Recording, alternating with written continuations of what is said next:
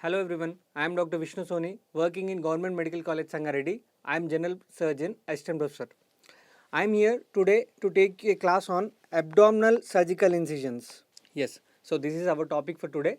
But before going to abdominal surgical incisions, we need to know what is abdominal anatomy. So we'll start with anatomy and then we'll proceed with incisions. Starting with anterior abdominal wall anatomy.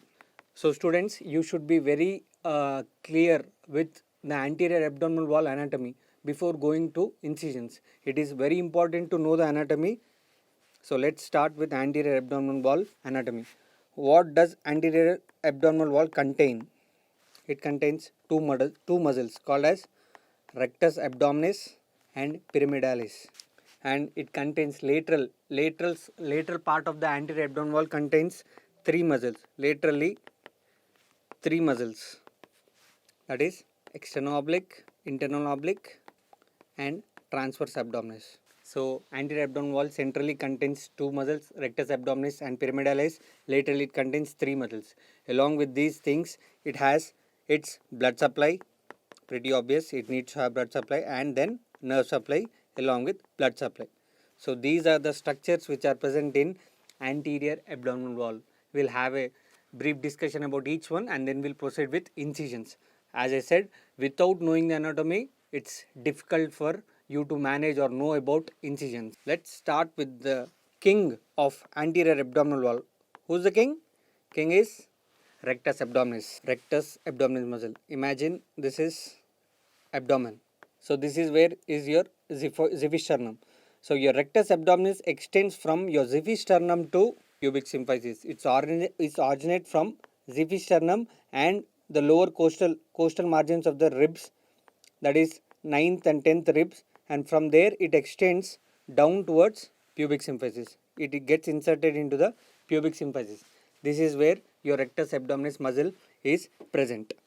Laterally or covering to this external rectus abdominis muscle is your rectus sheath. This is rectus sheath and the middle muscle is rectus abdominis.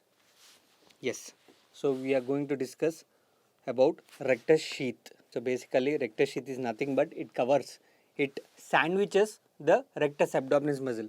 So it has two parts, anterior rectus sheath and posterior rectus sheath. Now the important point is how do they form? How is anterior rectus sheath formed and posterior rectus sheath formed? Anterior rectus sheath is formed.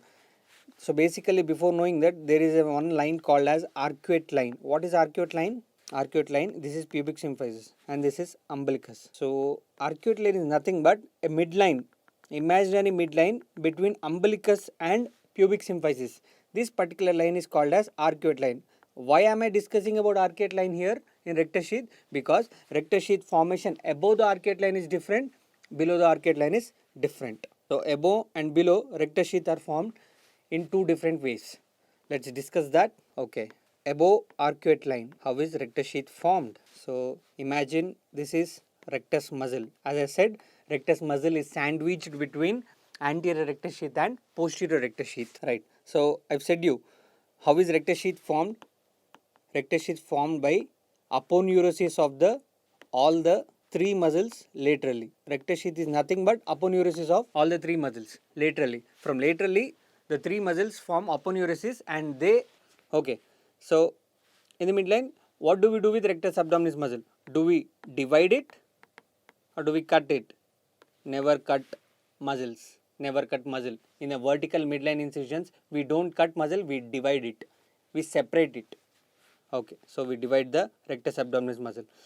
So in paramedian incision, after skin and subcutaneous tissue, you have, before reaching abdominal muscle, you have something here called as anterior rectus sheath. Yes, so you ligate or you open the anterior rectus sheath also. After anterior rectus sheath, you reach rectus abdominis muscle, and to that rectus abdominis muscle you retract it laterally, and after below the rectus abdominis muscle what do you have? You have posterior rectus sheath which is again incised, and below that you have peritoneum, and you reach abdomen. So in paramedian incision you don't cut muscle, you divide it or you retract the muscle. Skin, subcutaneous tissue are opened up, and then anterior rectus sheath is also incised, then you reach rectus abdominis muscle which is retracted laterally, and then posterior rectus sheath and peritoneum is also incised and open.